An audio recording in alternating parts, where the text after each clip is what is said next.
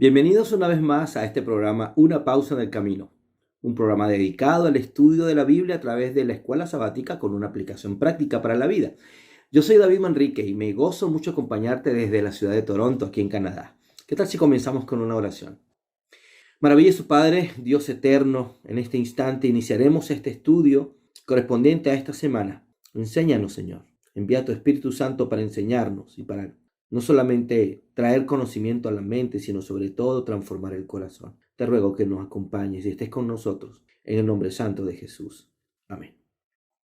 Bien, nos acercamos ahora al final de nuestro último trimestre y hemos sido tremendamente bendecidos con este tema, ¿verdad? Ahora, el tema para esta semana es el juicio. ¿Realmente el Señor realizará un juicio?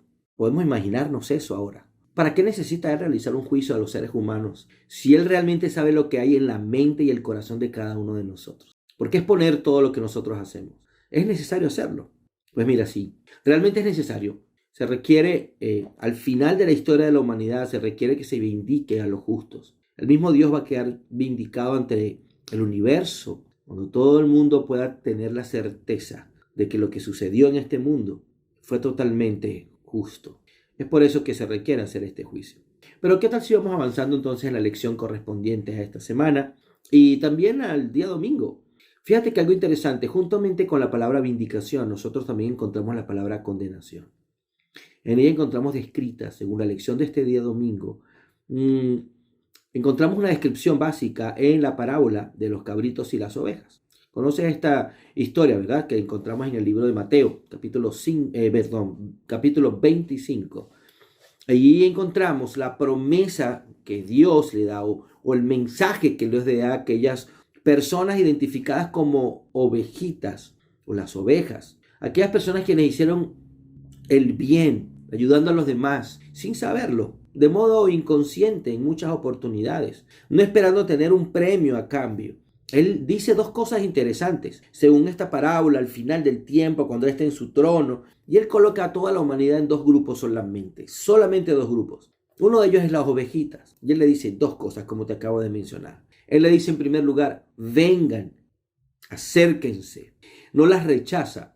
La estás esperando para darles un abrazo extraordinario por todo lo que ellas hicieron. Vengan, vengan. Quiero que se acerquen a mí. Aquel día maravilloso. Y lo segundo que él dice es reciban su herencia. ¿Qué quiere decir? Hay algo que hay preparado para ellas desde mucho antes. Estaba dispuesto para aquellas personas quienes hicieran lo que justamente ellas hicieron, que lo hicieron de modo inconsciente, sin saber, sin esperar nada. Por el contrario, mira cómo él actúa en función de los cabritos. Él no les dice vengan, él por el contrario les dice apártense de mí, retírense. No quiero establecer ningún nexo emocional con ustedes. No quiero tener ninguna relación con ustedes. No solamente los rechazo, sino que van a terminar en el fuego preparado para el diablo y sus ángeles. Qué tremendo. Ahora, en aquel momento este juicio se va a llevar a cabo cuando Él se siente en su trono. Estaremos toda la humanidad de un lado o de otro. ¿Y cuál va a ser la base para que Él realice el juicio? ¿Qué evidencias o para que las evidencias puedan ser analizadas? Tiene que haber una base. Bueno, fíjate, me llama mucho la atención que el libro de Eclesiastés, escrito por Salomón, establece de una manera muy interesante. Él presenta la fase del juicio. En el capítulo 12 del libro de Eclesiastés, versículo 13 y versículo 14, encontramos muy reveladoras las finales palabras, o las palabras finales de este discurso. Él dice, Salomón dice, al final de todo, él dice, bueno, mira, el fin del discurso, todo lo que yo he estado conversando aquí, el resumen, dice él, es este. Teme a Dios y guarda sus mandamientos, porque esto es el todo del hombre. Esa es la plenitud bajo la cual el ser humano necesita vivir. Tres cosas interesantes me llaman mucho la atención. Él, luego de dar un largo discurso explicando tantas cosas que él ve en la vida, descubre que solo hay un propósito cuando los seres humanos nos tiramos en los brazos de Dios. Eso es lo primero que él determina acá. En segundo lugar, él también dice que todas nuestras acciones, él dice, porque Jehová llevará toda obra a juicio.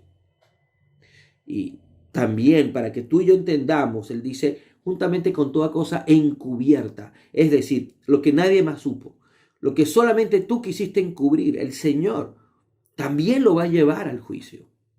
Tiene todas las evidencias para que nosotros podamos ser llevados a un juicio, por cierto, un juicio justo. Entonces, ¿qué sentido, dice Salomón, hay en que tú y yo vayamos en contra de ese Dios que nos creó? Témelo y ámalo, porque todo, absolutamente todo, y sobre todo todas las intenciones serán llevadas allí.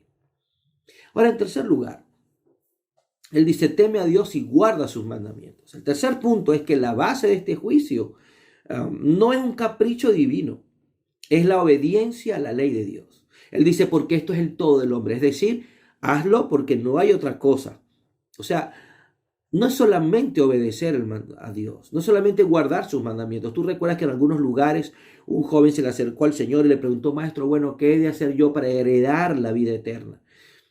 ¿Conocen los mandamientos?, le dice Jesús. Y él dice, sí, yo los conozco desde que era un niño. En otro momento, el discípulo, un fariseo o estudioso de la ley le dice, maestro, ¿qué hago para heredar la vida eterna? Y él le preguntó, ¿qué está escrito en la ley? Y la respuesta fue, bueno, mira, amarás a Dios, amarás a tu prójimo como a ti mismo, que es el resumen de los mandamientos de Dios.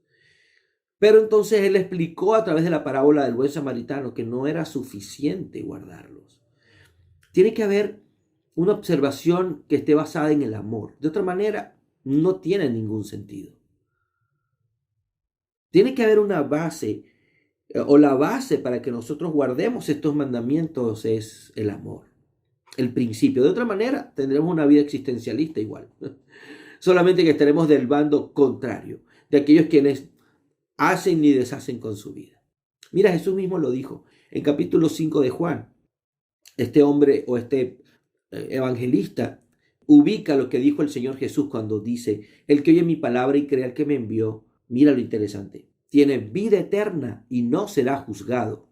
Juan 5, 24. Luego habla muy claramente sobre cuál será el destino final. Él identifica a dos grupos de personas. En primer lugar, él identifica a los que hacen el bien, resucitan para vida eterna. Mira lo que dice Mateo 25. Vengan benditos de mi Padre, hereden el reino de los cielos. Por el contrario, los que no hacen el bien están condenados, o los que practican el mal están plenamente condenados para resucitar y luego ser juzgados. Interesante. Aquí habla entonces de la resurrección. Mira, yo te quiero decir, para ir concluyendo, que este juicio no se basa en un capricho divino. No es para decidir quién se salva y quién no. Yo hago lo que quiero, dice Dios. No. Él mismo maneja un código y ese juicio está en función de un código. Y ese código determina o está establecido, pero tú y yo no estamos obligados a seguirlo. Simplemente está colocado para que nosotros tomemos decisiones. Así que la base del juicio no es el capricho de Dios, es lo que tú y yo decidimos. ¿Qué piensas sobre esto? ¿Aún sigues pensando que Dios es un Dios caprichoso que hace lo que Él quiere? Realmente Él establece una ley, la ley de Dios. Nosotros la conocemos, está contenida en los mandamientos. Sin embargo, más allá de los mandamientos o los 10 mandamientos, hay todo un designio divino para tu vida y para la mía. Y tú lo sabes, porque permanentemente en cada momento de tu vida estás tomando decisiones para vida o decisiones para muerte. Lo has experimentado en tu corazón, lo has experimentado en tu vida. Sabes lo que Dios te quiere decir. ¿Por qué tú y yo no decidimos hoy entender que sí habrá un juicio? Y por tanto, si hay un juicio, nuestra vida tiene que estar impecable ante su presencia. Te invito a que tú y yo juntos crezcamos en este estudio y en el deseo de cumplir la voluntad de Dios en todo momento de nuestra vida. Que Dios te bendiga.